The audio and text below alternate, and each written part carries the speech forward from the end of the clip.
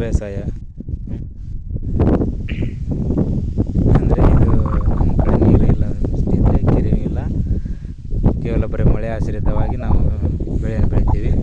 ಮುಂಗಾರು ಹಾಗೆ ಆಯಿತು, ಹಿಂಗಾರು ಆಯಿತು. ಈ ಥರ ರೈತನ ಕಷ್ಟಗಳಿರ್ತವೆ ಫ್ರೆಂಡ್ಸ್. ರೈತನಿಗೆ ಸಾಕಷ್ಟು ಅನುಕೂಲಗಳಿದ್ದರೂ ಕೂಡ ಈ ಸರ್ಕಾರ ನಮಗೆ ಸರಿಯಾದ ರೀತಿಯಲ್ಲಿ ನಮಗೆ ಮಾರ್ಗದರ್ಶನ ಕೊಡಲ್ಲ, ಸರಿಯಾದ ರೀತಿಯಾಗಿ ನಮಗೆ ಸವಲತ್ತುಗಳನ್ನು ಕೊಡಲ್ಲ.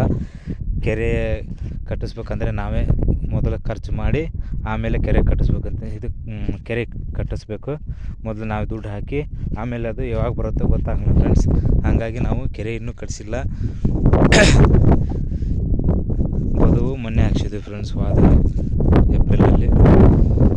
ಅಂದರೆ ನಾವೇ ಸ್ವಂತ ಖರ್ಚು ಮಾಡಿ ಹಾಕ್ಸಿದ್ವಿ ಫ್ರೆಂಡ್ಸ್. ಈ ಥರ ಯಾವುದೇ ಪಂಚಾಯತಿಯಿಂದ ಕಾರ್ಯ ಬಂದರೂ ಕೂಡ ನಮ್ಮ ಊರಲ್ಲಿ ಮಾಡ್ತಾಯಿಲ್ಲ. ಏನು ಕೇಳಕ್ಕೆ ಹೋದರೂ ಸುಮ್ಮನೆ ಜಾಸ್ತಿ ಸರಿಯಾಗಿ ರೆಸ್ಪಾನ್ಸ್ ಮಾಡಲ್ಲ ಫ್ರೆಂಡ್ಸ್. ಹಾಗಾಗಿ ನಾವೇ ಸ್ವಂತವಾಗಿ ನಾವು ಬದು ಹಾಕ್ಕೊಂಡಿದ್ದೀವಿ. ಕೆರೆ ಕೂಡ ನಾವೇ ಕಟ್ಟಿಸ್ಬೇಕಂದ್ರೆ ದುಡ್ಡು ಬೇಕು ಫ್ರೆಂಡ್ಸ್. ಹಾಗಾಗಿ ಸರಿಯಾಗಿ ಬೆಳೆ ಇಲ್ಲದ ಕಾರಣ ನಾವು ಕೆರೆಯನ್ನು ಕಟ್ಟಿಸಿಲ್ಲ. ನೋಡೋಣ ಫ್ರೆಂಡ್ಸ್ ಈ ಸಲ ಯಾವ ರೀತಿ ಬರುತ್ತೆ ಪೀಕು, ಅದರ ಮ್ಯಾಗ ಮತ್ತು ಮುಂದಿನ ಸಲ ಮತ್ತೆ ನಾವು ಪೀಕ್ ಮಾಡ್ಬೇಕಂದ್ರೆ ಇದಕ್ಕೆ ಮತ್ತೆ ಖರ್ಚು ಮಾಡಬೇಕಾಗುತ್ತೆ ಫ್ರೆಂಡ್ಸ್. ಈ ರೀತಿಯಾಗಿ ರೈತಂದು ಹೆಂಗಂದರೆ ಟರ್ನವರ್ನ ಬರೀ ಭೂಮಿಗೆ ಹಾಕ್ಬೇಕು ನಾವು ಫ್ರೆಂಡ್ಸ್.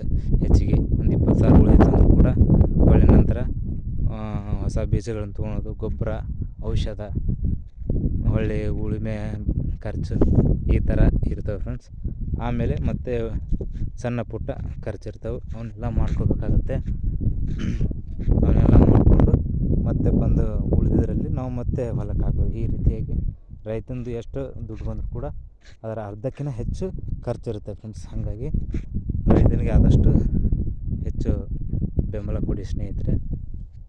ರೈತನಿಗೆ ಪ್ರೋತ್ಸಾಹ ಕೊಡಿ. ರೈತನಿಗೆ ಯಾವಾಗಲೂ ನೋಯಿಸಬೇಡಿ. ನಿಮಗೆ ಅನುಕೂಲ ಆದಷ್ಟು ಸಪೋರ್ಟ್ ಮಾಡಿ ಫ್ರೆಂಡ್ಸ್. ಧನ್ಯವಾದಗಳು.